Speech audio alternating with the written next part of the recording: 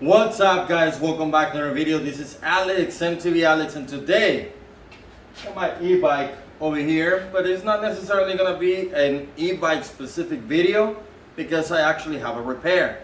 Before I show you what I'm gonna be doing, please go ahead and consider subscribing and also turn the notification bell on if you haven't done so. If you want to support the channel, you know there's a link down in the description. And other than that, let's get right into it.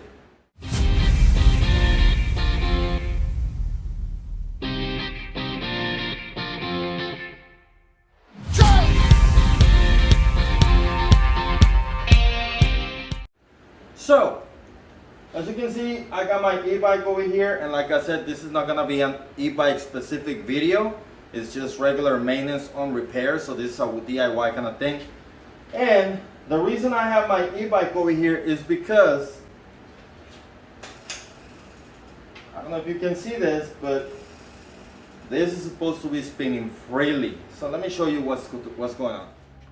So what the problem is that this rotor is actually rubbing up against the pads right there, and I have tried everything. I have already tried adjusting by hand by pressing the lever and everything. I even drilled out the bottom right here, just like I did on a previous video. I don't know if you've seen that video, but I'll leave a link for you over here.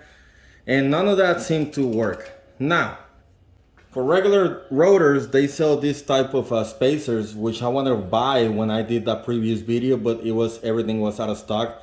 This was here like $7 or something like that. However, this is not gonna help in this case, because what I have over here is actually what is called a Centerlock disc rotor. So the spacer that I have is specific for this type of scenario. I bought this from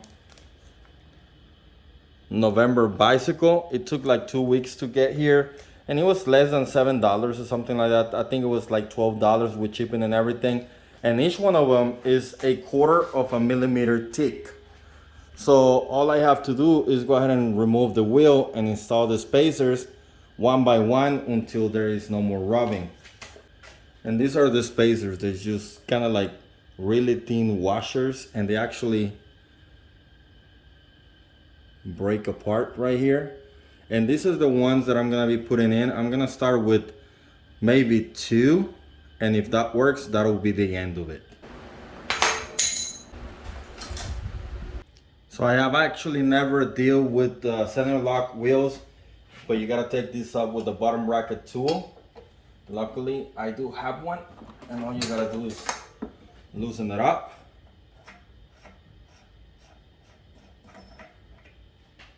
Then we can remove the rotor.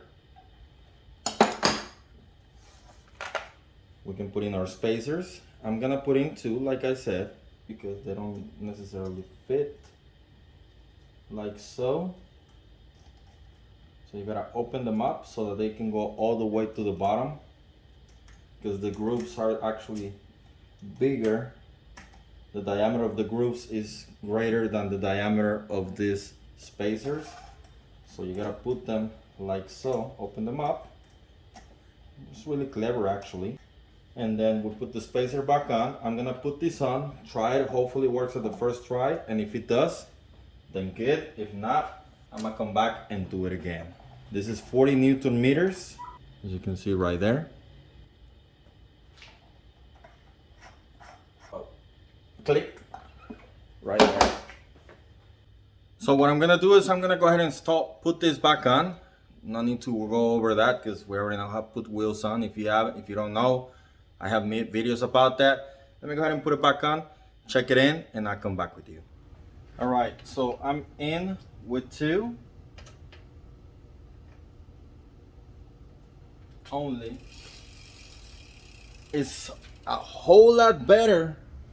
However, it's still not good enough. So I'm gonna go ahead and put in the 2 more, and that will give me enough clearance. Let me take it off, rinse and repeat. And while I'm at it, look, I have the caliper right here, the vernier caliper, 1 millimeter spacers, I guess, 2 millimeters.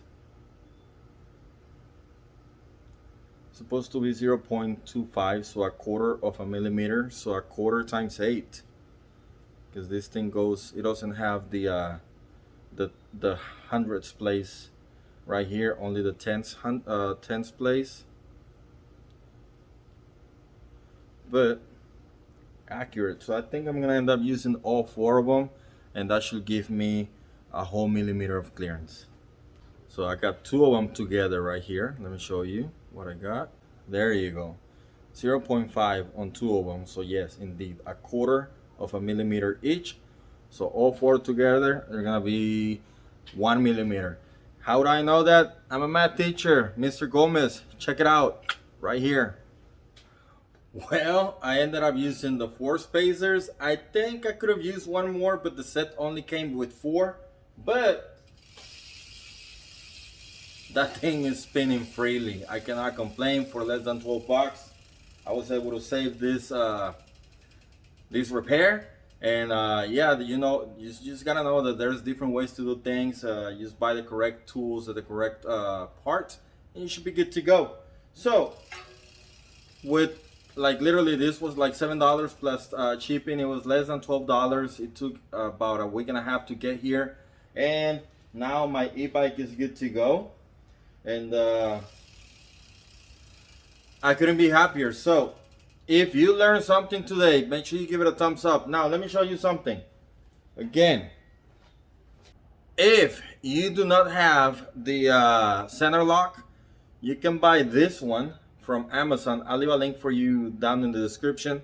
And this is a 0.5 millimeter spacer, and this is also less than $7. Now they're in stock, and this would have been, I could have used 2 of these if there was the regular one, the regular type of 6-bolt rotor, but I didn't have that in this bike. So I might actually use this for my Axum, the black Axum, hanging up there, because one of them needs a little bit more, almost nothing, but it's almost good to go. This is just gonna make it all the way there.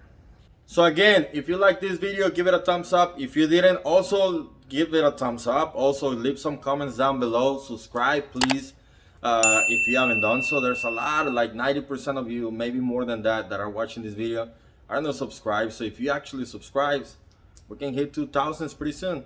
Other than that, that is gonna be it for today, and I'll see you on the trails. Goodbye.